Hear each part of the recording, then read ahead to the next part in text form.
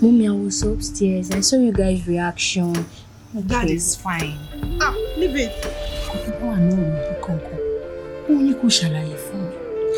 Tó bá ti ṣàlàyé fún mi, èmi á mọ bí màá ṣe fi ọgbọ́n àgbà gbé ọ̀rọ̀ òòṣà táwọn ará bíbá yìí gbé wá yìí. Èmi ò fara mọ́ ọ.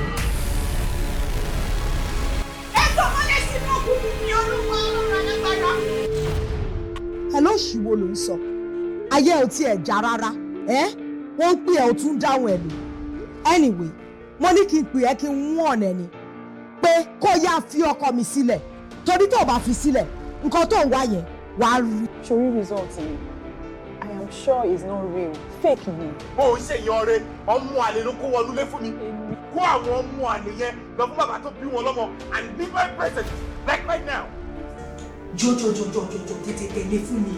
Airport ló lóun lọ. Ó ṣàmọ̀ Benz and White. Òun ló gbé.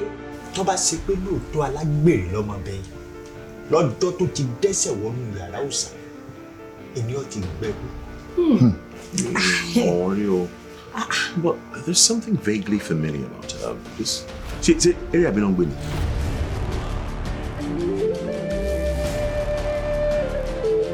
Àǹtí mo sún. Ẹ tí ì jáwọ́ kúrò nínú ìwà pálapàla yìí. Kí ni nǹkan tí èèyàn fẹ́ ṣe sí nǹkan báyìí? Is it spiritual?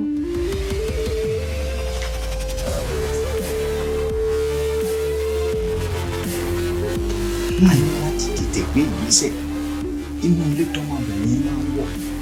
Mo fẹ́ débẹ̀ kí n bá wọn sọ gbólóhùn kan àbí méjì ká àtijọ́ rẹ̀ dùn. Wo èmi ò kí ń ṣàyọ̀mídé o. Àdùkẹ́ lórúkọ mi, wrong number ló pè. Ọjọ́ tó bá tún pe nọ́mbà mi, má gbé ẹ ṣépè mi. Má bọ̀. I'm sleeping. I want to see my mom.